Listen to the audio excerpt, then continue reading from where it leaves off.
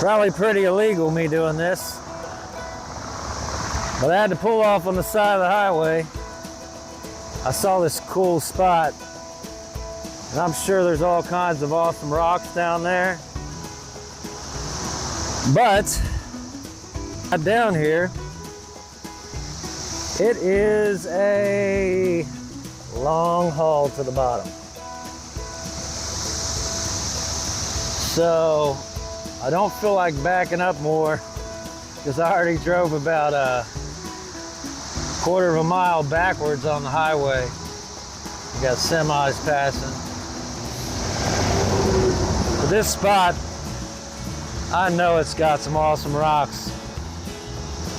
Looks like this just caved in the other day. All the best spots seem to have no access. Man, if I were to access it, I'd have to walk through all that, and I just don't feel like doing that. I'm about 5 miles away from the house, so I'm gonna watch traffic and try to get back into the truck and make it out of here alive. But yeah, I don't feel like trekking through the forest today. But I'm gonna definitely come back and find that spot, mark it on maps.